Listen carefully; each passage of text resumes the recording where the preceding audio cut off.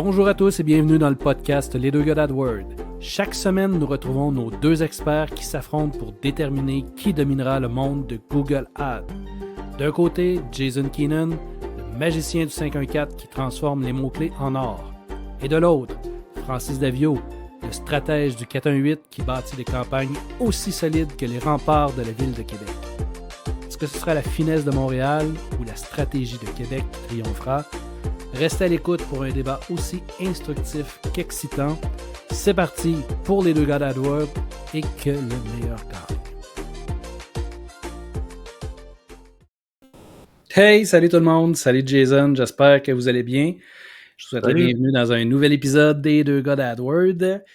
Jason, comment ça va aujourd'hui? Ça va super bien. Il fait beau à Montréal, 30 degrés. Moins 4000 à Québec. Ben ça, c'est un peu la... Habituel. Là, tu vas avoir mêlé tout le monde, 30 degrés. Quand est-ce qu'ils ont enregistré ça? Ça fait 8 ans. C'est ça. Pour vous situer, on est au retour des fêtes. Dans notre cas, on est à peu près pas loin de mi-janvier. Puis on est dans la première tempête du Québec qui est assez intense. Je pense que ça a été solide chez vous aussi, hein, Jason? Pas pantoute, non. Ça a été, dans mon coin, ça a été correct. Ça n'a pas été dramatique. Un petit peu beaucoup de vent, là, mais Beaucoup de vent. Pas grand-chose d'autre. Nous autres, on a eu notre premier 40 cm de neige. C'est solide. Ça va disparaître en juillet prochain. Ouais, peut-être juin 2026. D'après moi, ça sera pas avant. Avant ça. Avec ces 4-8 ans, hey boy. C'est pas facile. Hey Jason, aujourd'hui, je suis content parce que, écoute, tu vas me partager un peu ton nouveau dada, l'automatisation, ta nouvelle, je pourrais quasiment dire ta nouvelle profession, ou un nouveau à côté qui commence à prendre beaucoup de place dans ta business. Ouais. Puis, je trouve que c'est un sujet qui est d'un très d'actualité parce qu'on cherche de plus en plus à... La pénurie de main-d'œuvre fait en sorte qu'on a besoin de plus en plus de ce genre d'automatisation-là. Puis deuxièmement, ben, en tant que vieux geek de 47 ans, moi, tout ce qui est gadget puis automatisation, ça m'intéresse beaucoup. Fait que j'aimerais ça que tu me présentes un peu la plateforme en tant que telle, c'est quoi les utilités, puis si on est capable de faire un parallèle aussi avec Google Ads. Oui, ben justement, j'y ai pensé. Juste avant qu'on se rencontre, tu parlais de faire des rapports. Mais aujourd'hui, j'ai décidé de générer un rapport automatiquement sur Google. Là, tu vas dire, mais là, les plateformes font ça, mais moi, je vais le faire à travers de Make. OK, cool. Puis tous les KPI vont être dans un tableau Monday. On va je vais tout expliquer comment j'ai fait ça.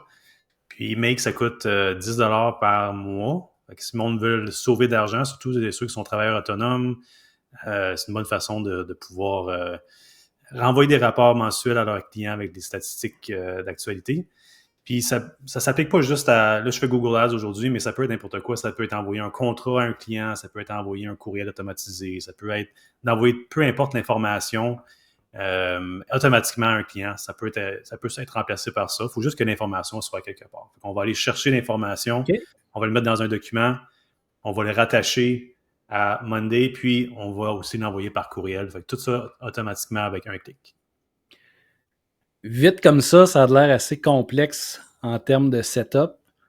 J'ai hâte d'un, tu as parlé de la plateforme Make, ça s'appelle, c'est le nom de la plateforme, Make? Oui, exactement. Donc, Make, c'est, je dirais, le compétiteur général principal aussi à Zapier. Zapier, qui pour moi peut-être une plateforme plus facile d'utilité comparée à Make, mais Make donne beaucoup plus de flexibilité à manipuler le data qui est fourni. Je vais te montrer ça ressemble à quoi. Puis c'est comme je dis, un petit peu plus complexe, mais pour moi, ça a changé mon monde complètement. Wow. Prise en charge un petit peu plus complexe. Fonctionne par API, j'imagine? Oui, il y a plein d'applications qui sont déjà bâties dans le système. Je vais te montrer une liste tantôt à l'écran. Oui. Puis, c'est sûr que s'il y a des applications qui ne sont pas dans la liste ou s'il y a des certaines fonctionnalités spécifiques aux applications que vous voulez aller chercher, recueillir d'informations. Comme moi, je vais vous montrer un API Google Ads parce que celui qui est bâti dans le système n'est pas excellent. Donc, je l'ai fait un custom. OK. Mais c'est pour aller chercher des informations justement dans ces applications-là. Puis tout est connecté et faire en sorte que l'information passe d'un module à l'autre. Wow! Intéressant. Ben, écoute, allons-y. Est-ce que tu veux... Ceux qui nous écoutent audio, on a la version sur YouTube où est-ce que Jason va nous partager son écran, mais je vais essayer de le décrire quand même là, pour ceux qui nous écoutent version audio. Je pense que ça va être un must de voir la version YouTube pour cette fois-ci. Je pense que oui, hein? Ouais. Donc, l'idée, comme je disais tantôt, c'est qu'on veut envoyer un rapport à mon client. Dans ce cas-ci, j'ai fait un petit peu de préparation à l'avance. Je ne voulais pas bâtir le scénario live parce que ça prendrait trop de temps. Je pense j'ai beaucoup de champs à mapper, des choses comme ça. Fait que je l'ai bâti, puis je vais expliquer comment je l'ai fait plutôt. Donc, comme j'ai dit tantôt, l'objectif du scénario, c'est d'envoyer un rapport. Puis ici, dans le tableau Monday qu'on voit, j'ai créé une fiche super, super simple avec les informations à qui je vais l'envoyer. Donc, t'es le chanceux candidat aujourd'hui. Yes. Donc, Francis Davio, c'est le nom de mon client. La compagnie Union PPC, ton courriel est là. Le rapport, la colonne rapport est vide pour l'instant, mais tu vas voir tantôt que le rapport va être ajouté automatiquement ici. Puis, j'ai la langue de la personne. Donc, j'ai rajouté la langue parce qu'on est au Québec. Des fois, on a des clients dans d'autres provinces. C'est mon cas. Donc, mon scénario il est vraiment optimisé pour prendre en charge, en compte la langue. Puis, si c'est français, bien, ça envoie un rapport en français. Si c'est en anglais, ça envoie un rapport en anglais. Donc, ça, c'est important. OK. Génial. Ensuite, on a un deuxième tableau que j'ai créé, qui est tout simplement les KPI d'un de mes clients en ce moment. Donc, je l'ai appelé client X. Puis, à travers de mon automatisation, je vais aller chercher les clics, les impressions, le CTA, les coûts, le coût total et les conversions. Donc, c'est possible à travers de Make d'aller chercher l'information pour chacune des campagnes. Donc, on pourrait détailler dans ce tableau-là la campagne ABC puis avoir les statistiques individuelles pour chacune de ces campagnes-là. Mais pour l'exercice aujourd'hui, j'ai vraiment juste fait un client, puis je vais prendre toutes les campagnes qui sont dans le compte, qui sont actives seulement, évidemment. Puis je vais tout regrouper les KPI pour faire un total. Donc, c'est comme si on va dans Google Ads et on voit la vue au niveau du compte. C'est vraiment ça que je tire que je vais pousser dans le Monday ici. Est-ce que tu dois, si par exemple tu voulais être un petit peu plus granulaire, est-ce que tu dois nommer manuellement chacune des campagnes pour lesquelles tu vas avoir les KPI ou ça va se faire automatiquement? Ça peut se faire automatiquement. La façon que l'API fonctionne, c'est avec le numéro du compte. Donc, on peut faire un appel en genre de loop, si tu veux. Là, ça va appeler tous les comptes que tu as dans ton MCC. Puis, ça va sortir toutes les statistiques de ces comptes-là. Donc, comme je disais, il faudrait juste que le tableau ici soit plus détaillé, qu'on ait une ligne par client pour que ça fonctionne. Dans le scénario Make, on va faire un lien vers ce client-là spécifiquement pour retourner les bonnes données au bon endroit. OK. Est-ce que ça pourrait fonctionner dans un autre logiciel que Monday ou Monday est comme essentiel à cette automatisation-là? Vraiment pas. Ça peut être Airtable, ça peut être Asana, ça peut être n'importe quoi que tu peux penser où est-ce qu'on peut avoir des informations de ce genre-là qui pourraient être importées potentiellement. Là. Aucun problème. OK. Ça pourrait être un fichier Google Sheet à la limite? Oui, ça pourrait. Je ne l'ai jamais essayé. Ça pourrait potentiellement être Data Studio aussi. Il faudrait que je le teste, là, mais je crois que c'est quelque chose qui est possible. Puis si on utilise d'autres channels en même temps, comme Facebook ou Twitter, whatever, ben on peut aussi aller chercher toute cette information-là puis le tirer directement dans les rapports. OK. Pour ceux qui nous écoutent, qui ne connaissent pas Monday, moi, je qualifierais Monday un peu de un Google Sheet sous stéroïde qui permet d'aller plus loin qu'un Google Sheet, mais dans la présentation, on dirait vraiment c'est un tableur, là. Oui, ça ressemble à ça. C'est beaucoup plus visuel, mais à la base, c'est essentiellement comme un Excel dans le sens qu'on a des rangées, on a des colonnes, puis l'information, on va là-dedans. Puis il va y avoir des fonctionnalités un petit peu plus poussées qui vont permettre de connecter certains tableaux ensemble pour avoir de l'information qui qui est transmise d'un endroit à l'autre. Beaucoup plus d'automatisation possible aussi, comme on va le voir tantôt. OK, génial. Je te laisse aller pour le reste. Ouais. OK, donc c'est ça, je vais commencer avec par montrer ce tableau-là que j'avais créé, qui est la base où que l'information va être. Donc, pour l'envoi du rapport, c'est ce tableau-là ici. Puis, il faut un endroit, évidemment, pour toutes les informations de Google Ads. Et la deuxième chose qu'il nous faut pour que ça fonctionne, le scénario, il a fallu que je fasse un rapport. Donc là, j'ai pris un gabarit que moi, j'avais déjà fait pour mon entreprise Make It Flow. Je l'ai modifié un petit peu pour la cause aujourd'hui. Donc ici, on voit l'information qui a été rajoutée, puis on a des accolades ici à côté de certains... Oups, on ne le voit plus, mais voilà. On a des accolades mis à côté de certains termes, comme par exemple le nom de la compagnie, le nom du client, le courriel. Ici, sur la deuxième page, j'ai fait la même chose, mais ici, c'est pour les clics, les impressions, etc. Donc, évidemment, je l'ai fait super vite, c'est pas bien beau, mais pour démontrer ce qu'on fait aujourd'hui, c'est bien en masse. Tu travailles dans un Google Doc. Oui, je travaille dans un Google Docs pour celui-là, mais ça pourrait être Google Sheets, ça fonctionnerait la même chose. Génial. Donc, c'est ça. Donc, ici, avec tous les termes avec des accolades, ça va être remplacé dynamiquement par l'information qu'on va pousser dans le document. Donc, ça, c'est les deux choses qu'il fallait pour que ça fonctionne. Ensuite, on est prêt à passer à l'automatisation dans Make. Es-tu prêt? Je suis prêt. Donc, je n'irai pas en détail sur exactement toutes les bon, pas la façon de faire, mais exactement comment je l'ai bâti. Je ne voulais pas prendre trop de temps là-dessus, mais je vais au moins y aller module par module pour comprendre c'est quoi les actions qui se produisent puis comment on arrive au résultat. OK. Donc, dans un scénario Make, on voit une vue hiérarchique comme ça ici. Ça va de gauche à droite. On a le trigger qui est à gauche avec le petit icône ici. Donc, tout commence de ce module-là.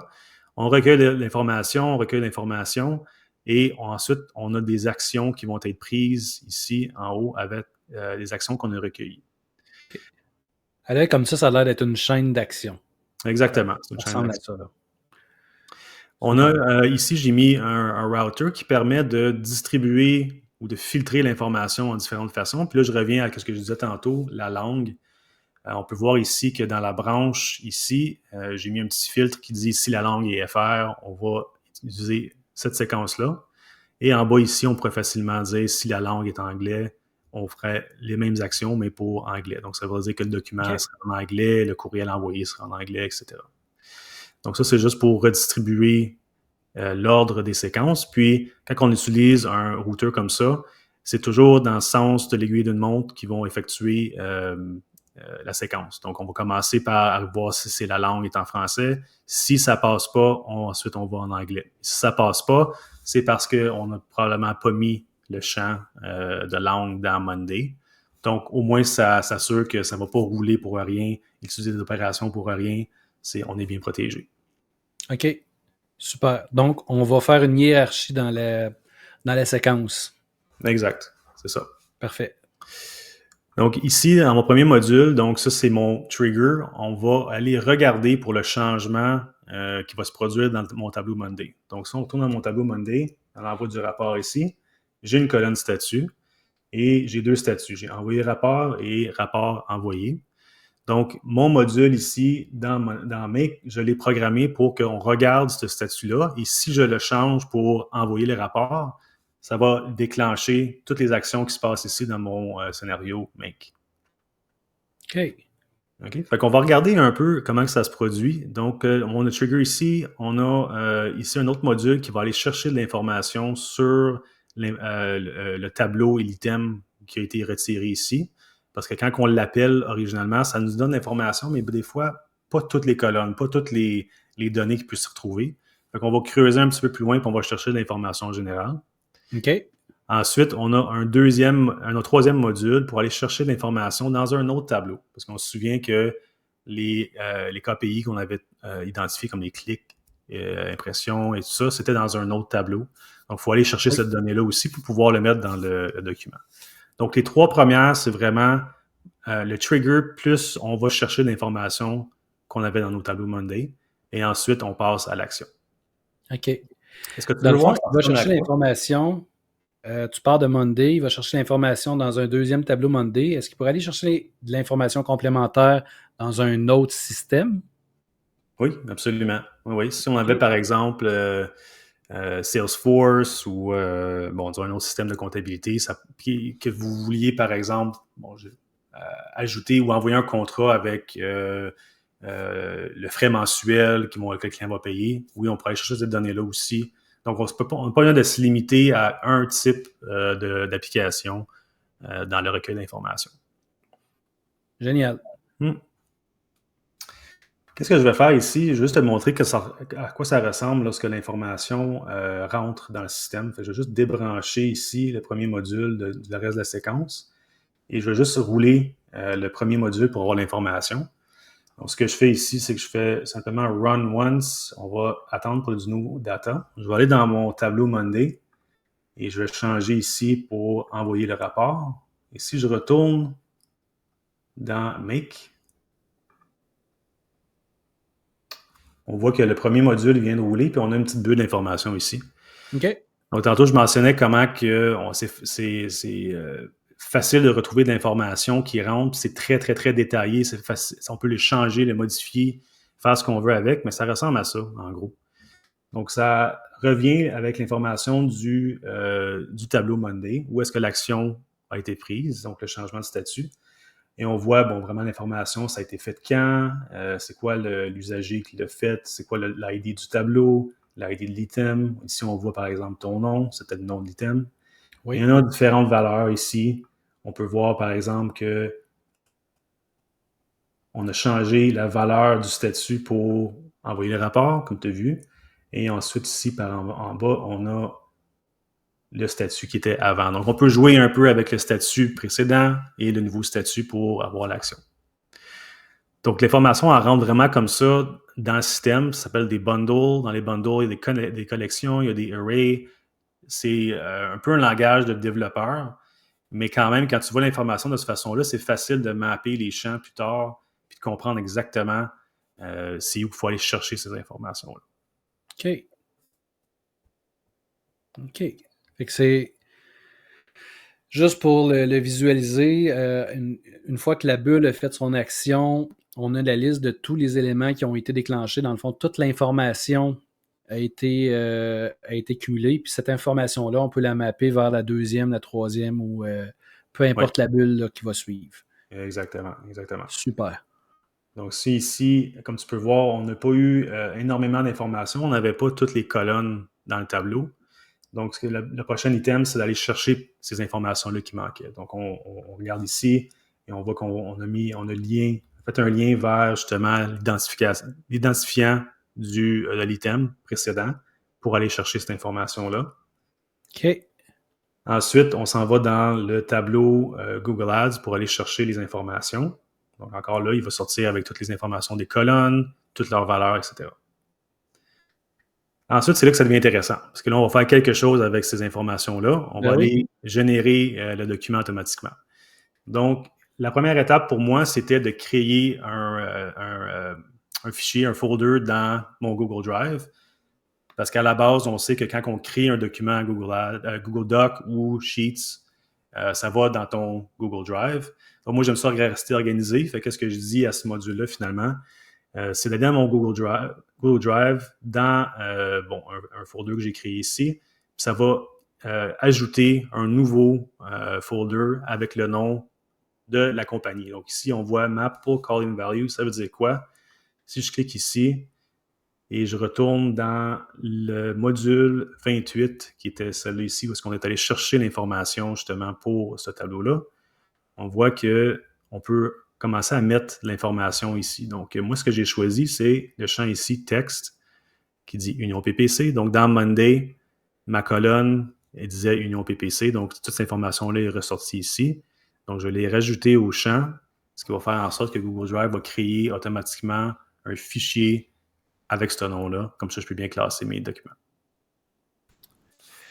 Est-ce qu'il va créer à chaque fois un nouveau fichier ou si le fichier, nouveau dossier, pardon, ou si le dossier, admettons que tu actives 2 fois pour le même client, est-ce qu'il il est capable de reconnaître que le dossier il existe déjà, puis seulement aller ajouter le nouveau rapport dedans?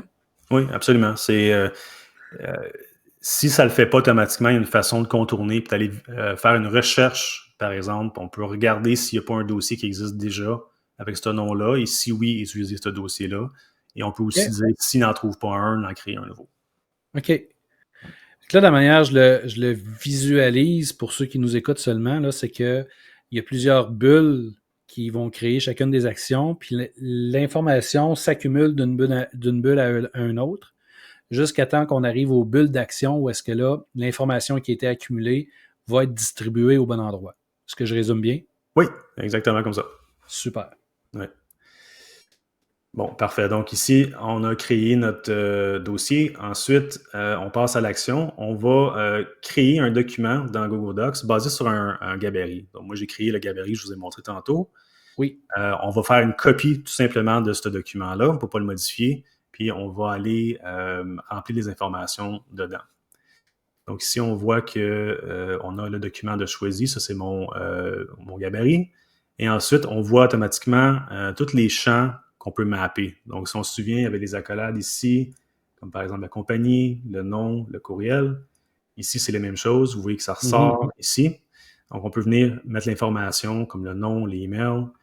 Ici, on a la date et on va aller chercher aussi les KPI de l'autre tableau directement pour les mettre dans le rapport. Donc, ça, c'est l'action qui se passe pour la création de Google Docs. C'est vraiment aussi simple que ça. Tout ça part des accolades que tu as fait dans le document au départ. Exactement. Ça va la data qui a été accumulée dans ce scénario-là va aller remplacer ces champs-là dans le document. Génial. Parfait. Ensuite, une fois que le document a été créé, il faut aller le chercher. Donc, on a un module pour aller télécharger ce document-là. Donc, ça va vraiment aller dans Google Drive avec l'identificateur du document qu'on a créé dans l'étape précédente. On va aller chercher ce document-là. On va s'assurer qu'il est converti en PDF automatiquement.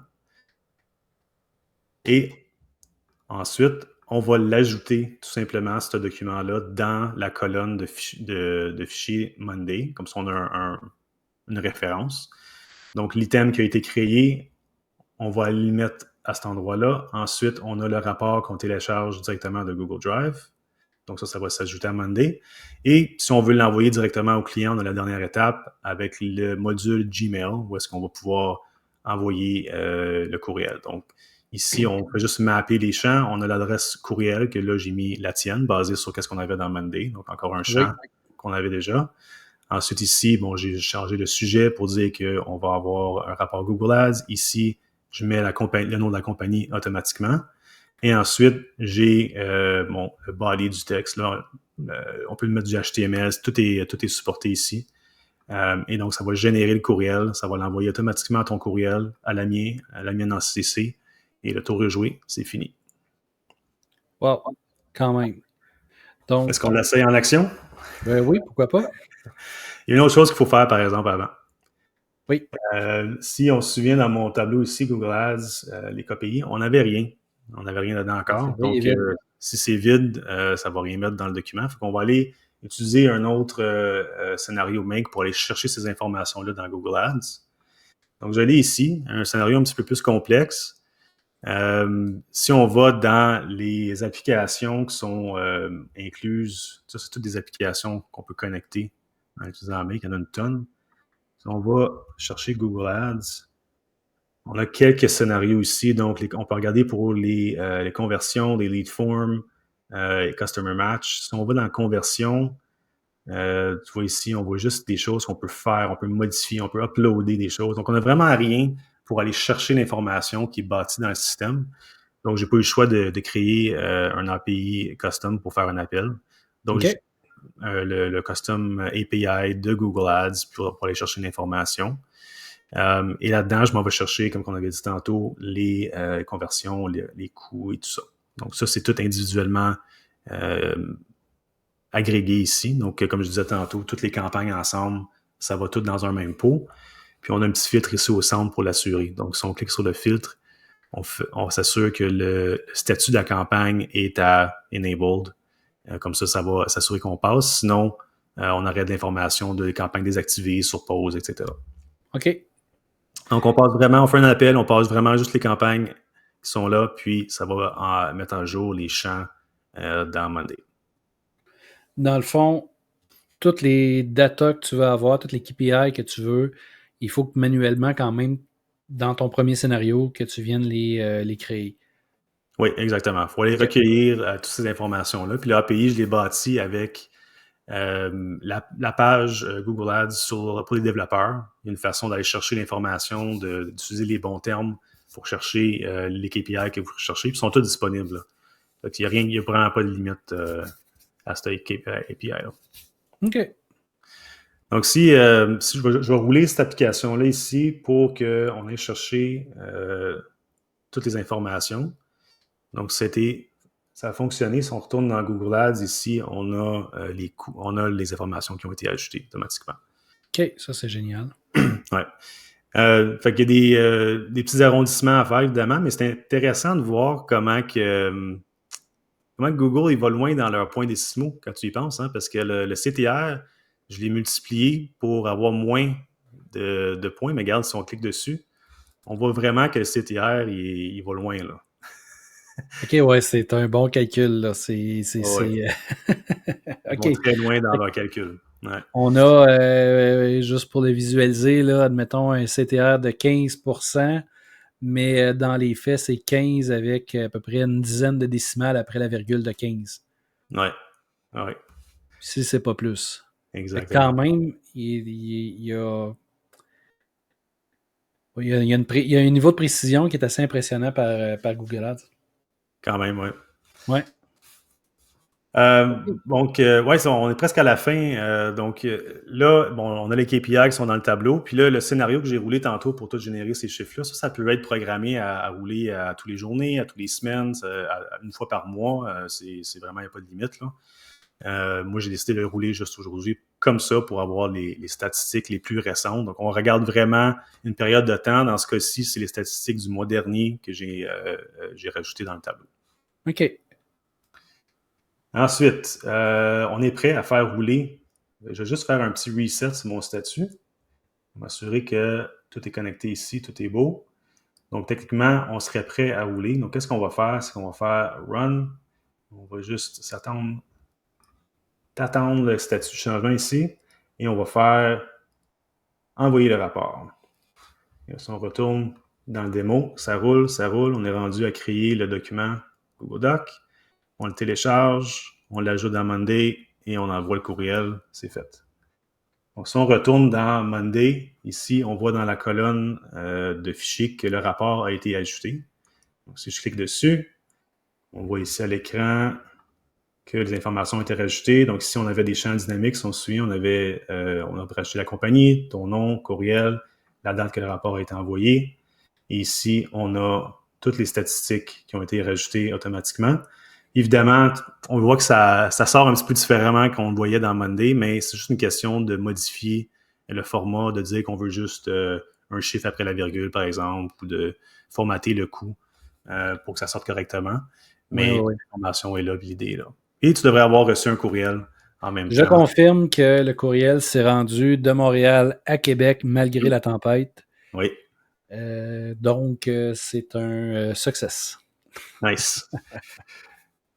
Alors voilà, c'était, écoute, c'est la façon qu'on fait on va sauver du temps dans notre business, c'est de faire des choses comme ça, justement, qui te permettent, avec un clic, de faire plein d'opérations que normalement, qui prendraient peut-être 15, 20, 1 heure, dépendamment. Donc, c'est ce que je fais maintenant pour mes clients. Ça leur sauve énormément de temps, que ce soit pour l'envoi des contrats, des NDA, des rapports, des courriels automatisés. Tout ça, là, ça leur sauve énormément de temps.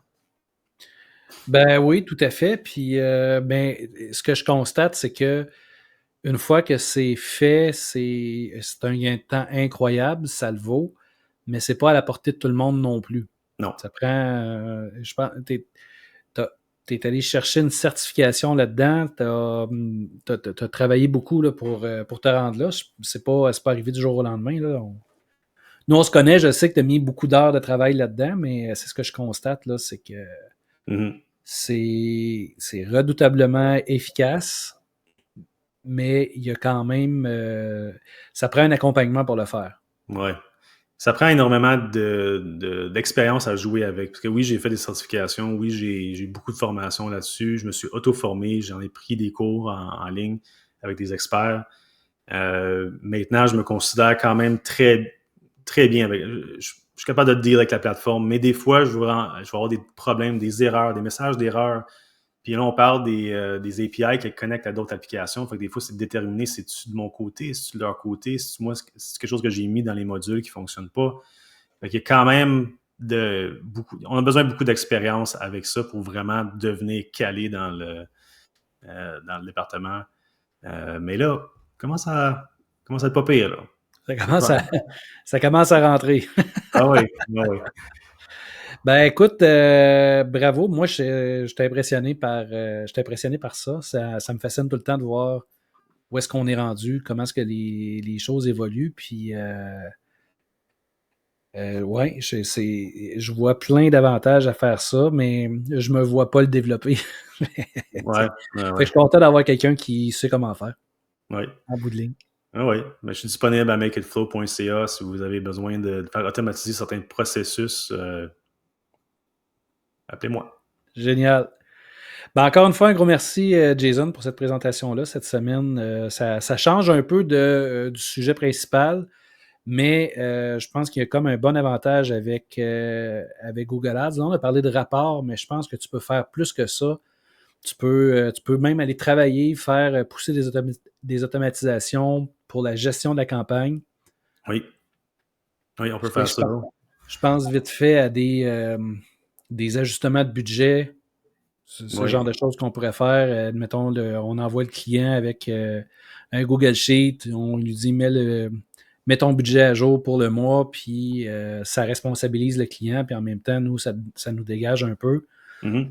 Ce genre de choses-là, je pense que ça peut être... Je réfléchis à haute voix, mais je pense que c'est des applications qui pourraient être vraiment tripantes à créer.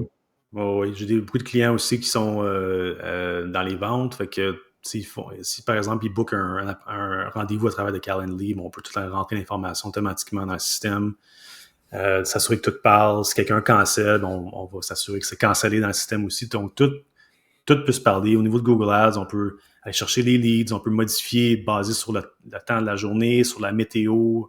Il y a plein de choses qui sont bâties dans Make pour faire des genres de choses comme ça.